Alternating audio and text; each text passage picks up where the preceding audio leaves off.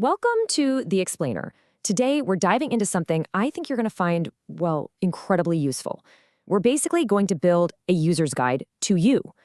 Together, we'll explore who you are, how you connect with the world, and how you can master that inner voice.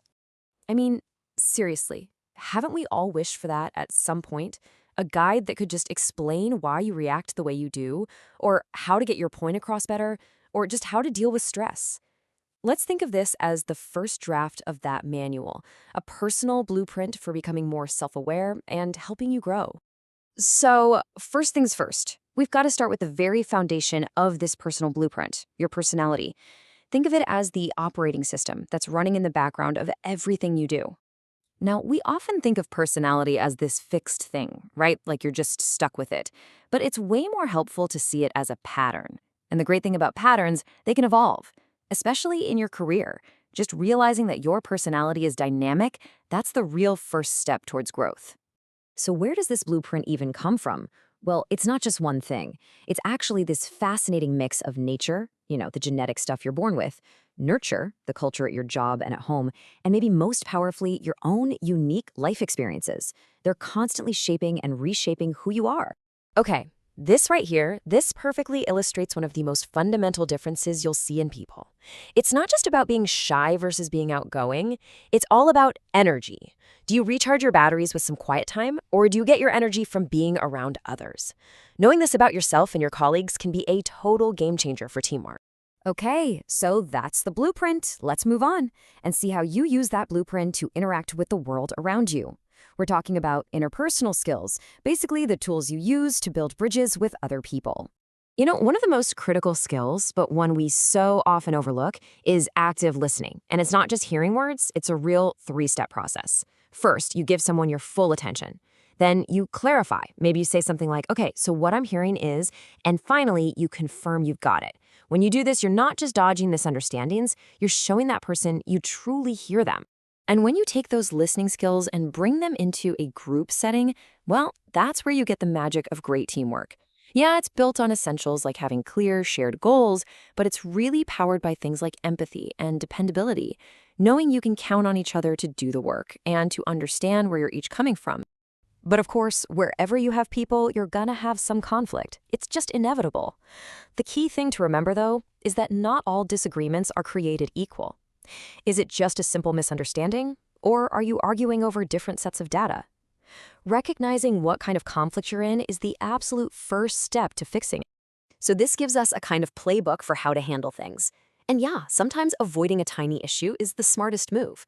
Other times, you have to compromise.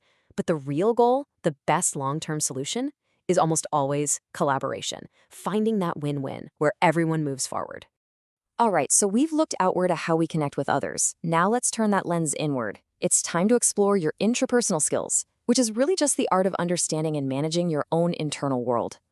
You can think of these skills as your own personal management system. It governs how you make decisions, how you handle stress, and how you guide your own growth. It's that constant dialogue you have with yourself, and honestly, getting a handle on it is fundamental to success.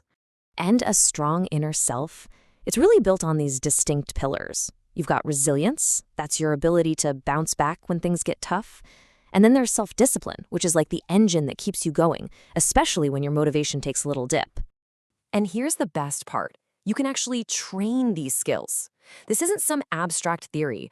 We're talking about practical, everyday actions you can take. Journaling to figure out your own thought patterns. Setting clear, achievable goals. And this one's huge.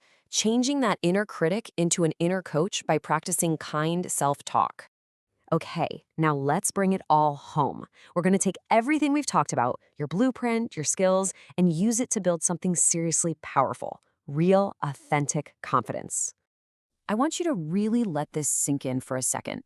Confidence is not a trait some people just have and others don't. It is a skill. It's an outcome.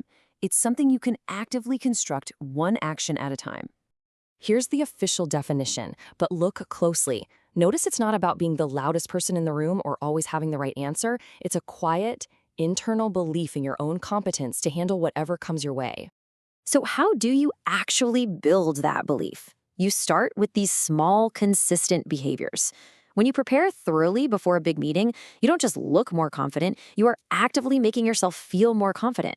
When you accept a mistake as a chance to learn, you're proving to yourself that you're resilient enough to handle challenges. And why does all this matter so much? Because confidence isn't just a nice to have feeling. It has real, tangible benefits. It directly improves how well you communicate, it makes you a stronger leader, and it helps you weather the storms that will inevitably come. It's a true professional asset.